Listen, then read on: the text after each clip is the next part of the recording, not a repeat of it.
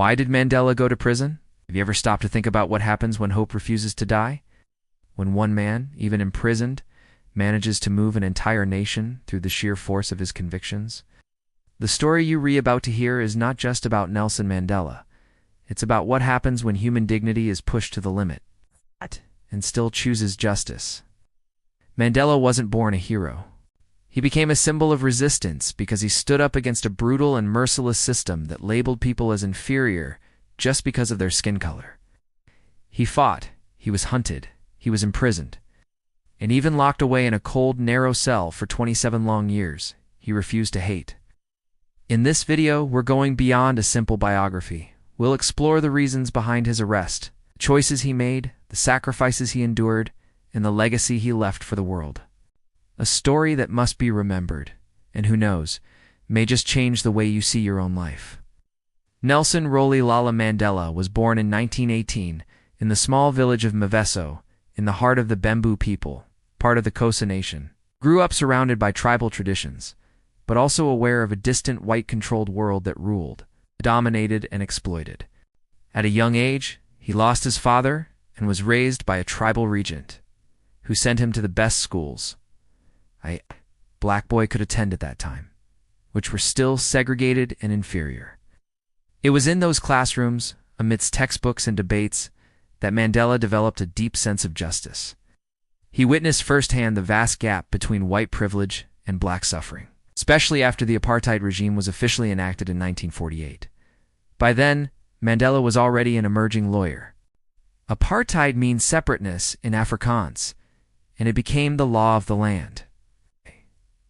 These laws forced black South Africans to live in restricted zones, use separate entrances, board separate buses, attend inferior schools, and carry the infamous passbook, an internal passport that dictated where a black person could or could not be. They couldn't vote. They couldn't own land in urban areas. They couldn't marry outside their racial group. Apartheid wasn't just racism. It was a calculated, legal machine of domination. It was time to fight back. Mandela threw himself fully into the African National Congress ANC, where he helped found the Youth League.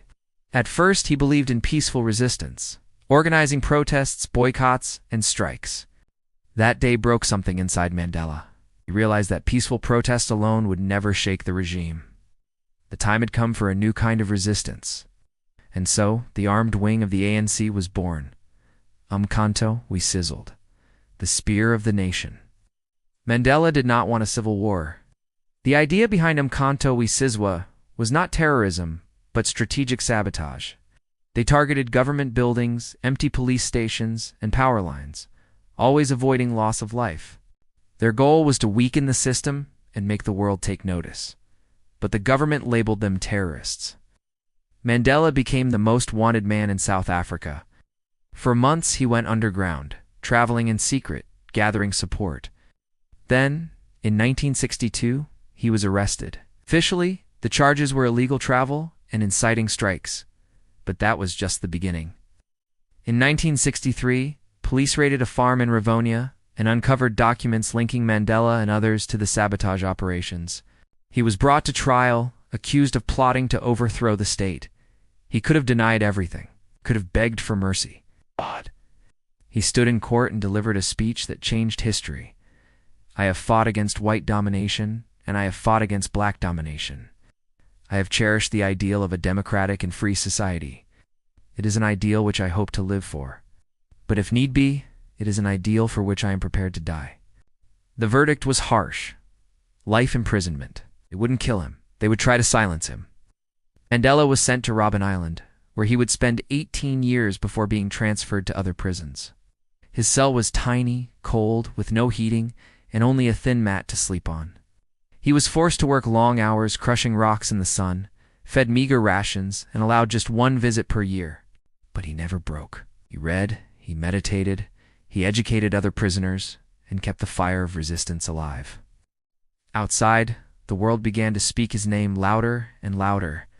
In London, in New York, in Oslo, people marched, sang, protested. Free Nelson Mandela became an international rallying cry.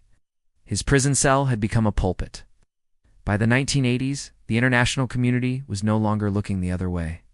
Economic sanctions were imposed. Athletes boycotted South African events. Artists refused to perform. Politicians demanded change. South Africa became a global outcast. Inside the country, resistance was growing fiercer. Workers went on strike. Youths clashed with police. The government, desperate, knew something had to change.